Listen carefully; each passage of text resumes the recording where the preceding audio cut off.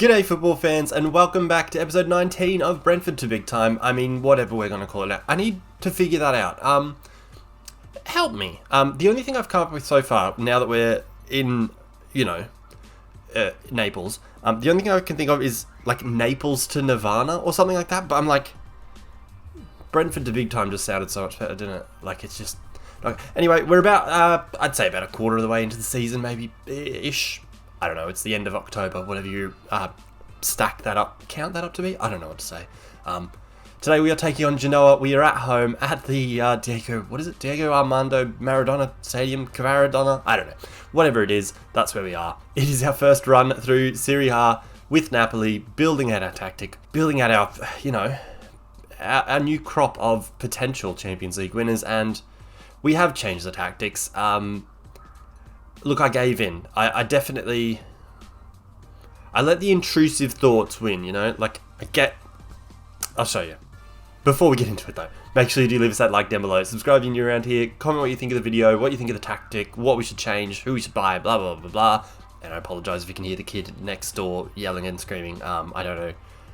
It sounds like a party, but you know when kids scream and you just can't tell whether it's a good thing or a bad thing? It's like one of those where it just keeps happening and I'm like, surely if it was a bad thing, it would have stopped by now, because the parent would have done something, unless it's the parent doing it. So, anyway, either the neighbour next door is having a great time, or I need to call the police. You need to like the video and subscribe if you're new around here, and I need to stop rambling. So throughout our time at Brentford, this is what we were playing for the most part, with the inverted wide backs, and a couple of Mazzalas trying to, really set up two specific blocks, I guess, of like a solid back five and then a five that go forward, and I supplied the ball by the rest of them basically. It worked in patches. We definitely conceded a lot of goals, but I guess that's to be expected when you play with two defenders, so changed it. The reason really being Cavaradonna. Like, I wanted him to have the best opportunity to absolutely thrive. And so far, it's making Victor Osimhen thrive, I guess. Anyway, this is what we're playing. It's just normal football. If you look at it. The idea, though, is the player who is closest to Cavaradonna up here on the left, it isn't, like, this player isn't going to get any space at all. It's just him. But he does have someone overlapping, which, if you, like, I've watched... bits and pieces here this season of Napoli, not as much as I'd like to, but a lot of the time he does seem to benefit either when they're playing in transition or with someone overlapping, I guess. So someone sort of similar to, I guess, like Riyad Mahrez in his time at Leicester, where he had, like Danny Simpson overlapping, and it gave him that bit of that option, will he pass it on, will he cut in sort of thing, like, who knows. That's what we're going with, though. You can see the player on the right back is less attacking, so that we still do have, basically four players that are sort of defensive, and it also frees up this Mazzala. Like, if we put this right back on attack, I think it clogs up this right-hand side too much, because Mazzala wants to move in and around that space anyway, so if we have then the right back coming up the field, it's just going to clog everything up, and that's not what we want. The other, I guess, counter to that, or the other reason that might be, is that the right back that is playing that role is 33 years old. So we sort of want to take care of him, I guess. That is the tactic, though. That's what we've been playing. The other thing, which I guess you probably have seen snippets of over here, is, of course, the transfer window ended, and we did sell, what's his name, Raspadori. We had to make 3 signings. I've signed a left-back, a midfielder, a striker. Let's have a look at them. So in competition at left-back with Ridvan Yilmaz is Sergio Gomez. He was fairly cheap, basically. That's about it. I think it cost about 18 million or something. Yeah, it looks, let's see, 18.75 million. So basically, look, I just wanted someone to fill the spot. He's been patchy. He's been okay for the most part. A couple of dodgy performances, a missed penalty in at a key moment, which wasn't great. But he has scored a nice free kick, which, his free kicks at 14, so he's gonna every now and then do something decent. Definitely needs to be better defensively, as as a left back. Marking and tackling of 9 each isn't, ideal, but he's more of an attacking player than anything. As you saw in that formation, the left back is more the one that bombs on. So really, I want him to improve. He's not a long-term solution, is he? Like, let's be realistic. He's not going to be making that, legend list with Diego Maradona, The midfield signing, it isn't exactly an out-and-out Mazzala type, but it is Manu Kone, 25 years old. Again, fairly cheap. If you look down here, £23 million. Maybe that's a little... look, I think it's cheap because I think he's very good. He's very good box-to-box, I think. Like, a very good tackler, good marking. A better defender than Sergio Gomez. Can finish, can do long shots. He can do a bit of everything. Good stamina, good work rate. I think he's quality. I've got him training as a Mazzala because I want him to get better at attacking. Basically, because the other options are like Lobotka, Zango Anguissa, Zambo. What is it? Zambo Anguissa and Zielinski. So it's like, kind of want him to, while he's, in approaching his prime at 25 years old, sort of want him to kick on going forward, basically, because the defensive side, pretty good already. Take that. Then as a backup to Victor Osimhen, not anyone that you need to be absolutely brilliant, but you need someone who can, step in occasionally, and we have got Rasmus Højlund. I don't know how Højlund. I don't know how to say it, honestly. I'm going to say Højlund, but correct me if I'm wrong. I don't know. That's who we've signed. We signed him for a lot of money, £28 million, but he's 23, he's got room to grow, and at the end of the day, a lot of his appearances are going to be off the bench, or against lesser teams. I don't need him to do, absolute miracles. I need him to come in here and run around a bit and hopefully get on the end of chances every now and then. He has got himself a nice little goal. I think it was actually a key goal, actually. I don't remember. Anyway, we'll see in a second. I'll go through the results, but those are the 3 signings I made. They're just sort of filling out the squad depth, I guess, supporting the main cast of, Kvaratskhelia, Osimhen, Kim Min-jae, Merritt, they're not exactly the superstar signings because we needed the depth rather than, spending all of our money on one player. That's my thinking anyway. Let me know if you would have done it differently. Love to hear from you. And also, just realised that I'm wearing an AC Milan jersey. It's kind of controversial. Anyway, let's look at the run of results. So, of course, the first game of the season, our first game as boss of Napoli, was a 2-0 loss away at Sassuolo. That was the last game where we played that formation, the inverted wingbacks formation. We then went to the, sort of normal 4-3-3 formation, trying to get the most out of Kvaratskhelia. That resulted in a nice 3-0 win away at Atalanta. A helping hand from Malinovsky getting a red card, but in the second half we managed to put 3 past him, Zielinski, Kvaratskhelia, and then the 18-year-old right back, who I think at that point I had put him on the right wing, maybe? I don't remember. He got himself a goal, though, in only what would have been his second appearance with the club, so that's pretty good. We then, against Roma, conceded an equaliser around the half-time mark, and then in the 92nd minute, Kvaratskhelia. So he's scored 3 goals in these 2 games, 2 red cards for the other sides in these 2 games, which is pretty, it is what it is. Good results against good sides there, so Atalanta and Roma, good sides, absolutely take that. We'll also take a 5-1 win against Rennes. That is absolutely brilliant. Hat-trick for Osimhen, 1 for Lozano, an own goal by Joe Rodon, and then Miguel Almiron getting one back for Rennes. Then, against Torino, didn't play our best, but we got the job done. 1-0 win, a penalty for Kvaratskhelia. I can't decide. Should I just say Kvaradona, Kvaratskhelia? Like, you let me know. One of them might be really annoying to you, and I'm just going to rotate through all of them and probably piss you off. We then had a 1-1 draw against Milan. This is the only goal that Rasmus Højlund has scored, so Calabria gave them the lead 67 minutes in. This is playing against, of course, Pep Guardiola's AC Milan side, and then, of course, 92nd minute, Rasmus Højlund with the equaliser. That was the game where Sergio Gomez missed the penalty. You can see here. Sorry, my mouse is doing weird things, man. It would have been nice, of course, to do more, but at the same time, they're a very good side. They've won most of the league titles, like the 4 that have been in this save game. Anyway, 2-1 win then against Monza. It says Brianza, but it says Monza. It's Monza. 2-1 win. Pulisic getting, I think, his first goal for the club. It's because he only just joined, actually, from, I think, like Real Madrid or something stupid.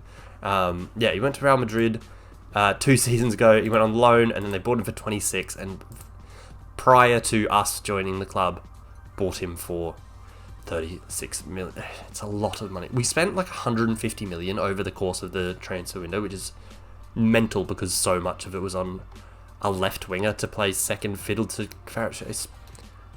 Definitely not my doing. Wouldn't have done that. Speaking of Christian Pulisic, we lost 2-0 away at Chelsea in the Champions League. It is what it is. We were underdogs. They're the better side at this point in time. It is what it is. We were fairly in it. They were just, on the day, the side that put chances away. And, key players like, if you look, Kim Min-jae didn't perform. Kvaratskhelia, 6.2. Victor Osimhen, 6.3. It's not great. It wasn't good. What was good, though, was a 6-1 win over Bologna. Another hat-trick for Victor Osimhen. Bologna, by the way, have got, if we look here, we go to their landmarks, they've got a new owner, Moritz Eberling. He's a tycoon, and in the look, that's 3 months, but let's say in the 4 months since he took control, they've got undersoil heating. They've appointed Moise Kean as their vice captain, and they've upgraded their youth facilities. They are now getting, roomed with all sorts of players, including some Brentford players. I had a look at them. Oh, Wisdom Amy's unhappy. I mean, we signed Wisdom Amy in my what's it called? My Sevilla season. Right, he doesn't look that great, does he?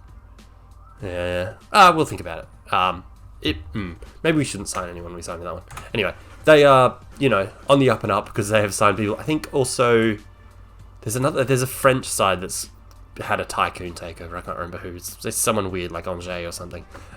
We then had a shocking performance against Pisa, away at Pisa. They won 2-0. Stefano Moreo and Davide Birashi with the goals. We just didn't perform very well. Like, we were pretty shocking. This was just after the international break. Yeah, you can see the gap in the fixtures there. It was just after the international break. We had to rest a few players because they were still quite tired from their international fixtures.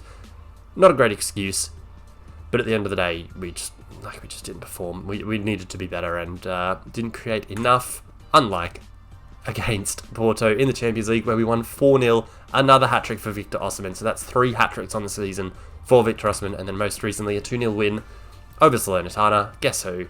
It's Victor Osimhen with a double. He's now up to, if like you see down here, 12 goals from 11 starts. In the Champions League, he's averaging an 8.47. In the league, averaging 7.43. He's absolutely brilliant. And look, long may it continue. Let's hope that we can keep that up today against whoever we're versing. What is it? Salernitana? No. Genoa? There's too many teams. Who are we versing? Genoa. Man. We're hosting Genoa. Let's look at our lineup. Alright, so this is the lineup we are going with today against Genoa. We have got Merritt in goal, back 4 of Di Lorenzo, Ostergaard, Zeze, and Ridvan Yilmaz. Midfield 3 is Florentina Luis, Zambo Anguissa at the deep line playmaker, and the Mizala is Manu Kone. On the right, Lozano, left Kvara, and up front, Rasmus Højlund, because as you look down here, he's just struggling a bit. Look, we'll see. We'll see if he comes off the bench if we need him. He's just a bit tired. I don't want to risk it. Like, I know, obviously, we want to try and win things this season. So I think in the long run, it's probably a better idea to have him not get injured early on. That's my thinking anyway. Bench looking very strong. Nobody out injured. Nobody out suspended. David Neres just back from a long-term injury that I think he got in pre-season maybe? Yeah, a 3-month, torn calf muscle, which is pretty not ideal. That was before we joined, of course. So he's been out for a while. He's just back. You can see his fitness isn't great. But, we'll look to start using him here and there. Kim Min-jae also down here, also off the pace a bit, That's about it. Let's get into it. Let's see how we go. I would just love to just keep up the sort of form that we have shown in sort of patches. I mean, there's, obviously there's going to be matches where we don't perform. It's the first, 3 months of us being here at the club. We're not going to absolutely get it straight away. And also, there's definitely players that, this might be their last season or the last couple of seasons even. It's not, It's not a perfect science yet, but it's getting there, basically. If we can, next season we'll make more changes, see what we can do. We do need players trained by the club to come through, so hopefully loaning out some of our youngsters is starting to make a bit of a difference. You can see the league table there. There's like a bit of a log jam coming up. The teams below Inter Milan. Inter Milan are killing it right now. Then the next, like, us down in 7th, you can see on the right-hand side here. If we win today, could jump up to 2nd. Like, from 7th up to 2nd. That's ridiculous, basically. But that's just the way it is. We just need to be consistent and be good. And see how we get on, basically. See if we can perform today. Not good that Florent... I keep going to say Felipe Luis when I see F. Luis. Florentino Luis getting a yellow card after 9 minutes. Not great. And then Ostergaard. Yeah, good. Good. May also notice, like, my nose is red as hell, man. Allergies. All day, man. I cannot... I don't know what's happened. First highlight of the game is starting here, but all day, man. I can't stop sneezing. I can't stop sniffing. I have no idea. Anyway, Di Lorenzo now on the right-hand side. Bring the ball forward. Maybe look to cross it or cut back for Florentino. Anguissa on the edge of the box. Tries it. Blocked away. Florentino then out to Ridvan. Crosses it. Then cleared away easily. Florentino back to Ridvan. Into the middle of the box. Big save off of the Manu Kone effort. Would have been great to see him get a goal, but positive signs. Very positive signs. Corner here for Hirving Lozano. Swings it into the near post. Headed away. Back to Hirving Lozano. What are you doing, Irving? Oh, okay. I was very confused as to what he just did. He just cleared the ball out. It's very weird. The other guy was injured. That was very, very kind, Irving, but also, what are you doing? Let's figure it out. Good start, though. Like, we're dominating possession. We've had more shots. Like, if you look at our pass map, we're getting very high up the pitch, which is good to see. You can see we've moved up to 6th because someone else is losing, I imagine. But, you know, we need to win games. That is a red card, surely. Mr. Paul, see you later, my friend. Surely. What's happening? Paul Akuku is cuckoo. That was absolutely ridiculous. He just went flying in. That's a 3rd straight red card for the opposite side. Milan are losing to Ascoli. That's good news for us. But you can see here, like, 2 teams on 19, 3 on 20, 2 on 21. It's just bizarre, isn't it? Oh, Milan have equalised. Oh, highlight here, 42nd minute. Would be very nice to take the lead, just at any point, basically. Highlight here, Anguissa back to Ridvan. Kvaratskhelia looks for Højlund, who has a go. Oh, clips a crossbar.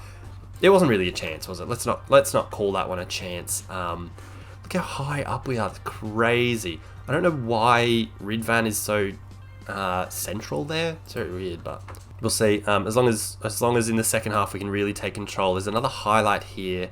Don't know why the gameplay is like stuttering. It's really doing my head in. Sambo Anguissa over the top for Højlund. Over the top it goes. And it's a goal kick. He wasn't offside. That could have been better. You can see we're not performing with the XG. Might need Victor Osimhen in the second half. We'll see. We'll go with the tried and tested pumped fist method. We have been the better side. We've got the man advantage. We've got the quality advantage as well. And, you know, might be time for David Neres to play his first appearance of the season. And might be I don't know, we might need to just see if we can get a 20-minute cameo out of Victor Osimhen. I'd like to not use him because of fitness and fixture congestion and all that. Highlight here, 20 seconds into the second half. Manu Kone across to Zambo Anguissa. Looks for Hirving but cannot find him. Ostergaard now losing it to Goodmanson, who went flying in. Ostergaard now, who has been, you know, touted as with a move to United and Atletico Madrid. And oh, Lozano. Oh, come on, mate. Finish that. Surely you go across the keeper there, but anyway, it was a good, quick little passing move between, I think it was Manu Kone to Højlund through to Lozano. Corner from Kvara, caught by the keeper, and that will be that. Hit them with a praise though, because that's a great start to the second half. It's not good that we're very much underperforming the XG whenever we're not playing Victor Osimhen, basically, and that's not promising. But also to be expected that when you take off a a world-class striker, you underperform. Highlight here, Florentino heading out wide to get the ball, crosses it back, headed away, only Ostergaard and one other fellow back there, out to Ridvan Yilmaz, that's his name, gets past his man, crosses it for Herving, get in there! Herving Lozano's 4th goal of the season. Herving Lozano, 4 goals already is, I'm happy with that output, but he's very much like the beneficiary of just Kvaratskhelia being on the other wing, basically. Very well done here from Ridvan, just takes on his man, gets past him, gets to the byline, absolutely wicked ball, just belts it across the box, and Herving Lozano there to prod it home, basically. That is a good start to the second half, and we will absolutely take that. As I said before, now that we're winning, we've jumped up to 2nd, which is absolutely ridiculous. Great start to our first season in Serie A. We'll see how long that form lasts. Here's another go. Lozano out to Kvara, out on the left, gets past his man, crosses, Herving, just wide, nearly another goal, nearly another one. Look, we do look basically every time Kvaratskhelia touches the ball, we do look very good. Now, 63 minutes in, we've got an XG of 2.6, which is marvellous. Who could we look to take? Really, we'd look to take Kvara off, but I don't want to. Let's bring on our right back fella, because Di Lorenzo is old. And then let's bring on, where's Vitor Roque? Bit of a stop up and down start to his career at the club. Of course, he was another one of the signings in the summer that we didn't do. That happened before we got here, basically. Hasn't really hit the ground running, but he'll get there. He's 20 or whatever, and it's his first season outside of Brazil, so he'll get there. He's also played a number of roles and positions, and we haven't really had one set role for him. I think it's obvious who we take off here, the 3 tired players. So Yilmaz off for Sergio Gomez. Ostergaard can come off for Kim Min-jae, who's slightly tired. And then we'll bring on Christian Pulisic for Kvaratskhelia. Ideally we'd be fit and firing and playing all of our good players, but it is what it is. This is what football is these days, with the amount of fixtures, and Champions League phase has added even more fixtures, so lots going on, lots of games to play. I mean, you just gotta love it, don't you? 81 minutes in, can we... I don't want to concede. We're XG of 3, they've had 1 shot. I can just see a last minute equaliser happening, can't you? It's just the way it goes. They're a man down, they've had 1 shot in 87 minutes. Surely not. Come on, son. Let's just make it through. Just get through it. Take our 3 points, run out of here. Highlight in the 92nd minute. They throw it forward. Gomez. Forward for Pulisic. Good, get it out of there. Pulisic now to Vitor Roque. Forward for Lozano. Lozano, will he look for Højlund? He does, in behind. Go on, Rasmus. Saved by the keeper, I think. I couldn't really tell what happened. That said, it was nearly one of the goals of the season, so, tolerable. Anyway, quarter 4, Sergio Gomez, 93rd minute. His corners are actually pretty good, so, hoping to get some assists this season. I'm not going to say this is one, because that was probably already the highlight. He swings it in, headed away. I don't know what's happening. Vitor Roque back out to Sergio Gomez, who's in the box, looks at the far post, free kick. I think Højlund pushed the goalkeeper.